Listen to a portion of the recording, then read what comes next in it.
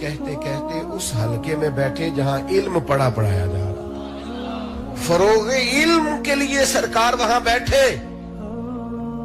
جو اہل ذکر ہیں ان کی کوئی مخالفت نہیں، لیکن درجہ دیکھیں کس کا، آگے دیکھیں کس نے بڑھنا. حضرت مجدد الفسانی رحمۃ اللہ علیہ مکتوبات شریف میں فرماتے تصوف اور طریقت کا لمبا چوڑا فلسفہ ہی کوئی نہیں، کوئی پیچیدہ مسئلہ نہیں، کوئی نقطہ نہیں ایسا جو بڑی پیچیدگی سے کھلے. 3 ہی باتیں،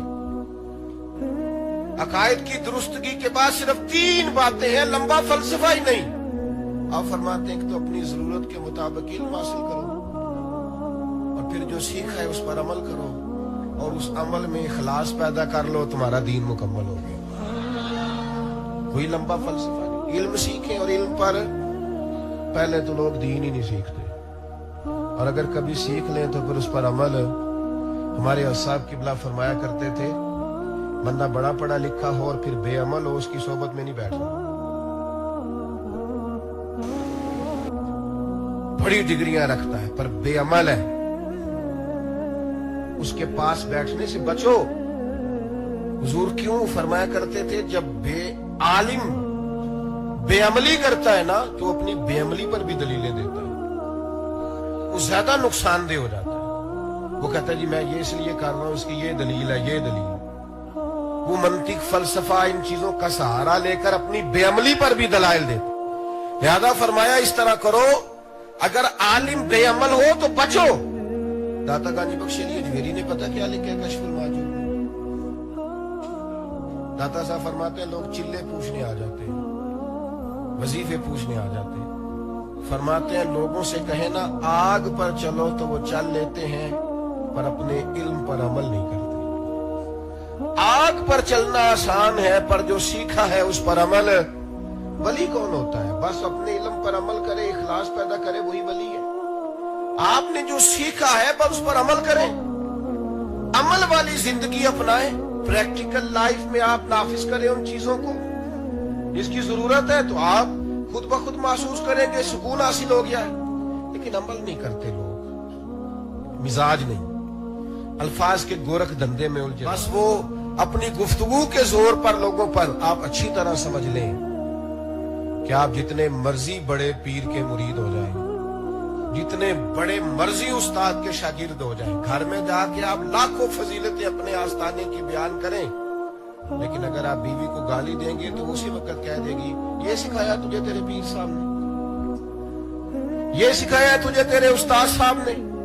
لیکن اگر آپ کے اخلاقیات سنور جائیں گے، آستانے پر جا کر جو سیکھا ہے اس پر عمل کریں گے، تو پڑوسی کی ماں بھی کہے گی پتر میرے بیٹے کو بھی وہاں لے جا جہاں تو جایا کرتا ہے. بیٹھ جائے بیٹا، تشریف رکھیں.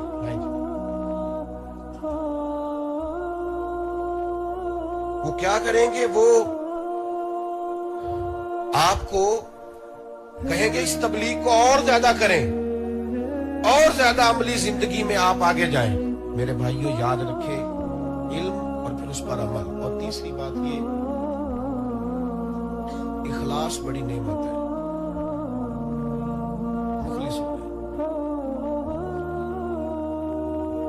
یہ جو ریاکاری ہوتی ہے نا، یہ بنیادی طور پر اداکاری ہوتی ہے. اداکاری بندہ لمبی کر سکتا، وہ تھک جاتا ہے. آپ کبھی بھی زندگی کے اندر محسوس کریں کہ اگر آپ کا ذہن بن جائے نا کہ یہ چیز کوئی دیکھ لے، آپ تکلیف میں آ جائیں گے. بس میرا مضمون مکمل ہو گیا، بات سمیٹنے لگا ہوں، توجہ کرنا. جب آپ کا یہ ذہن بن جائے نا کہ میں نے اخلاص پیدا کرنا ہے، تو زندگی سکون میں آ جاتی ہے، اطمینان نصیب ہونے لگتا ہے. لیکن اگر آپ مخلص نہیں ہیں تو آپ 2 کشتیوں کے مسافر ہیں. آپ زندگی میں ڈبل مزاج کے ساتھ گزارا کر رہے ہیں. آپ ہیں کچھ اور بن کچھ اور رہے. وہ ایک درویش تھے فقیہ اعظم رحمت اللہ علیہ، تو نے اپنے بیٹے سے کہا پتر تو مولوی صاحب ہے، تو دین پڑھتا پڑھاتا ہے، کوئی بندہ مولوی کہے نا مولوی صاحب بات سننا تو اس کا غصہ نہیں کرنا، اس کا مزہ لینا. یہ الحمدللہ مولوی ہوں، اس میں کیا ہے، یہ کتانے والی بات ہے. ہم کیا کرتے ہیں؟ ہم 2 کشتیوں میں بیٹھ جاتے ہیں. بھائیوں اخلاص بڑی نعمت ہے. نبی کریم علیہ الصلوۃ والسلام نے فرمایا